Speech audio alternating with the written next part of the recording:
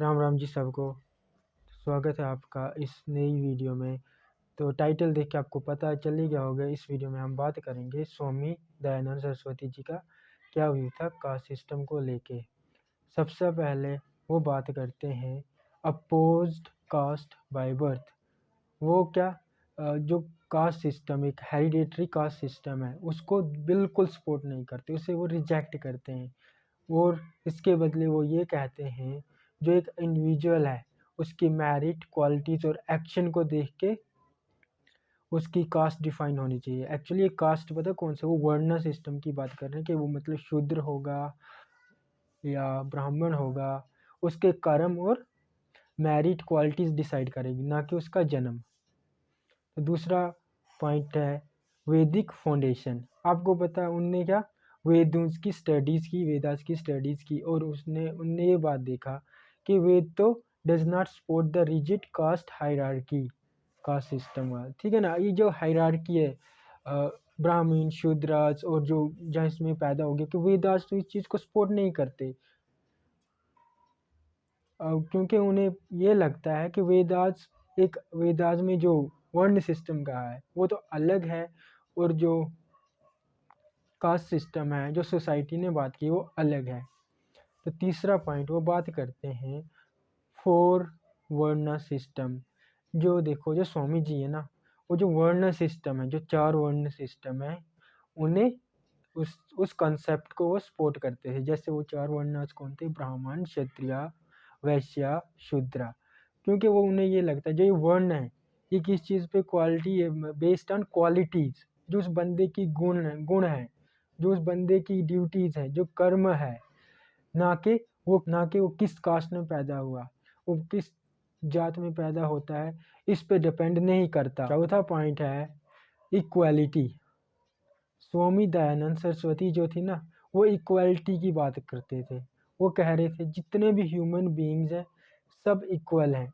सब वो जो पैदा होते हैं ना, भगवान की नज़रों में हर एक बंदा इक्वल है। लेकिन हाँ, वो मतलब वो अपने एक्शन से, उनके जो वर्थ है उनके एक्शन से पैदा होती, ना कि उनकी जात से। ठीक है ना, अच्छे कर्म करो। और हाँ, और इक्वालिटी की बात करते हैं, वो इक्वालिटी के वो बहुत बड़े फैन हैं। तो 5वां पॉइंट स्वामी जी कहते हैं education for all. Swami ji का कहना है कि जो एजुकेशन है ना, वो खाली ब्राह्मण के लिए नहीं है या क्षत्रियाज के लिए नहीं है। जो एजुकेशन है वो सब के लिए है। वो कहते हैं चाहे वो लोअर कास्ट के हैं, शूद्राज हो, दलित हो, एजुकेशन फॉर ऑल। और वो कहते हैं हमें जो कास्ट के बैरियर्स हैं ना, इन्हें हमें उखाड़ फेंकना होगा, ताकि जितने भी लोग हैं सबको एजुकेशन मिल पाए। तो 6ठे पॉइंट में स्वामी जी बात करते हैं rejection of untouchability. Swami ji जो हैं थे ना, वो बहुत ज़्यादा अपोज्ड करते थे, स्ट्रांगली अपोज्ड अनटचेबिलिटी। और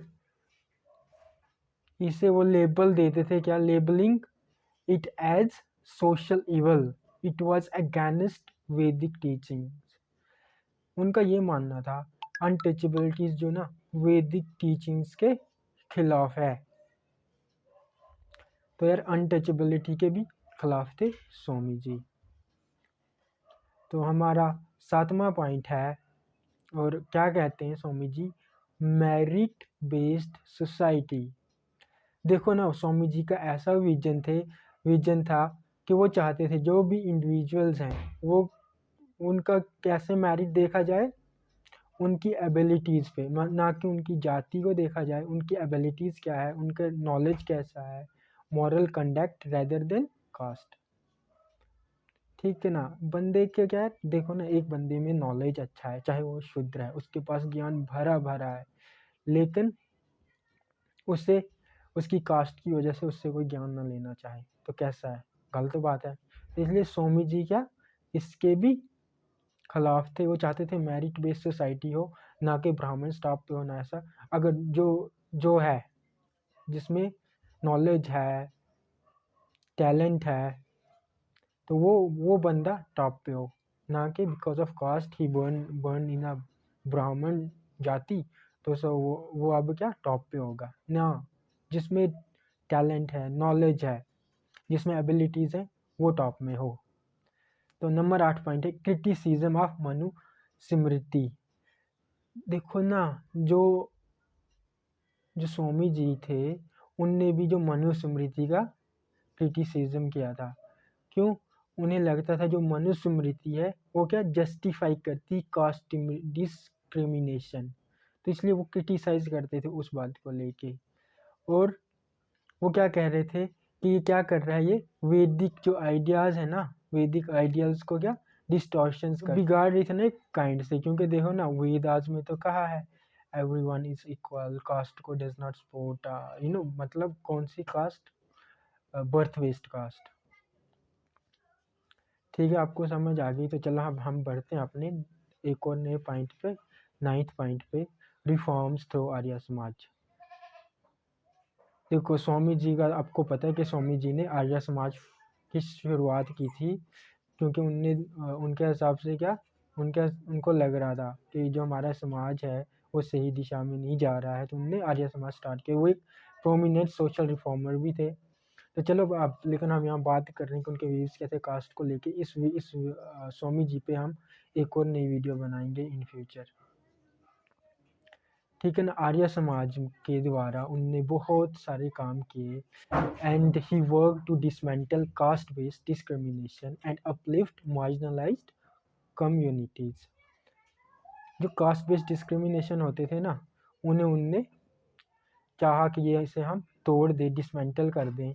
और जो मार्जिनलाइज्ड कम्युनिटीज़ थे या कास्ट थे या एसटी के लोग, SC ST के लोग थे, उन्हें क्या अपलिफ्ट किया जाए। उनने क्या कहा कि सबको हक है पढ़ाई का, पढ़ने का, लिखने का। तो चलो एक और नया पॉइंट डिस्कस करते हैं, spiritual equality. He believed that all humans have the same potential for spiritual growth and the caste has no bearing on one's relations with God। Swami ji बात करते थे कि सब क्या एक इक्वल है भगवान की नज़रों में। एक वो जो स्पिरिचुअल इक्वालिटी की बात करते थे कि यहाँ पे जो ना कास्ट का कोई रिश्ता नहीं है भगवान के साथ, भगवान का रिश्ता आपके साथ है। आप जिस जाति में पैदा हुए डज नॉट मैटर, भगवान आपको सेम नज़रों से सबको देखता है, भगवान आपसे प्यार करते हैं। तो स्पिरिचुअल इक्वालिटी की बात करते हैं यहाँ पे कि हर एक बंदा इक्वल है, सबको हक है पूजा करने का, वेदास पढ़ने का। ऐसा नहीं कि जो जैसे only Brahmins can read Vedas and other can't, no, हर एक बंदा वेद पढ़ सकता है। एक और पॉइंट है advocating inter marriage. He supported inter caste marriage. ठीक है, जो इंटर कास्ट मैरिज को बहुत ज़्यादा सपोर्ट करते थे। उनको ये लगता था अगर हम इंटर कास्ट मैरिजेस करेंगे तो जो हमारी सोसाइटी में डिवीजन है कास्ट के नाम पे, ये ख़त्म हो सकती है। और बात करते हैं vocational flexibility.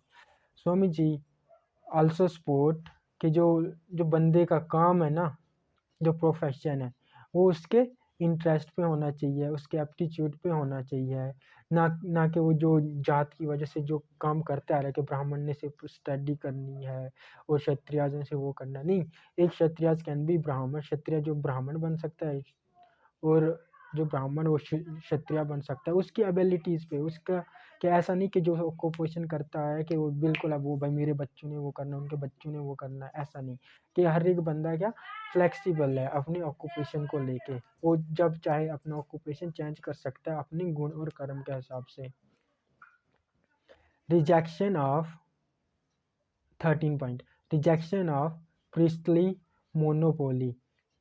He challenge the monopoly. ठीक है ना, जो ब्राह्मण्स की मोनोपोलीज थी ओवर रिलीजियस नॉलेज और रिचुअल्स को लेके, वो कह रहे थे कि जो वैदिक स्टडीज़ है ना, ये सबके लिए है, ना कि किसी एक जाति के लिए। ठीक है, और उन्होंने बहुत सारी बात की, लेकिन ये वीडियो ज़्यादा लंबी नहीं मैं बनाना चाहता।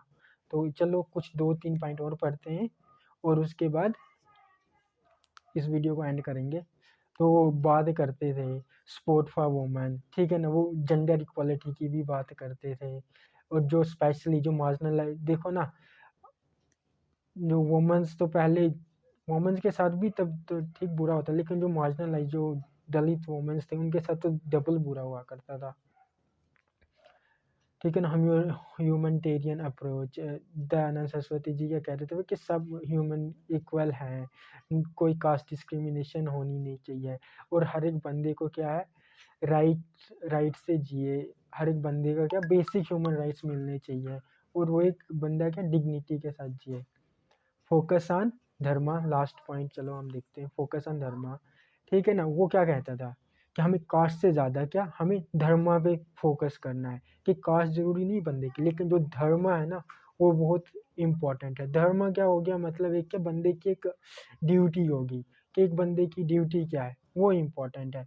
कास्ट से ऊपर आके देखो ना, हमें क्या एक बंदे की ड्यूटी देखनी चाहिए, उसके फ़र्ज़ देखना चाहिए, वो सोसाइटी को लेके, अपने कंट्री को लेके सब कुछ कर रहा है, सब कुछ अपलिफ्टमेंट करने की कोशिश करता है, लेकिन हम उसकी कास्ट को लोअर कास्ट से, तो हम उससे क्या अलग नज़रों से देखें, ऐसा नहीं होना चाहिए। स्वामी दयानंद जी ना एक बहुत मतलब क्या क्या ह्यूमनिटी के सपोर्टर थे, प्यार था उन्हें ह्यूमनिटी से, उनने बहुत सारी सोशल रिफॉर्म्स लाए, स्पेशली इन हिंदुइज्म। तो यार मैं तो आपको कहूँगा, मेरा तो सजेशन ये है कि जाओ उनके ऊपर, हमने क्या रिसर्च करनी है, उनके जो बुक्स हैं उन्हें स्टडी करो, उनको जाओ, उनकी बायोग्राफीज होंगी, उन पे बहुत सारी वीडियोस बनी होंगी यूट्यूब पे, जाओ पढ़ो, आप बहुत कुछ सीखोगे उनसे। और आप वहाँ से पता भी चलेगा कि उनका बहुत बड़ा हार्ट भी था, कि वो फ्रीडम फाइटर्स को भी बहुत सपोर्ट करते, मतलब बहुत सारे फ्रीडम फाइटर्स ना उनसे प्रेरणा लेते थे।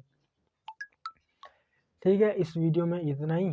तो चलिए, अपना ध्यान रखिए, खुश रहिए, और हाँ, कुछ ऐसा ज़रूर करिए कि आप जो काम कर रहे हो उससे आप हमारी सोसाइटी या हमारे देश के अपलिफ्टमेंट हो। बस इस वीडियो में इतना ही। जय हिंद, वंदे मातरम।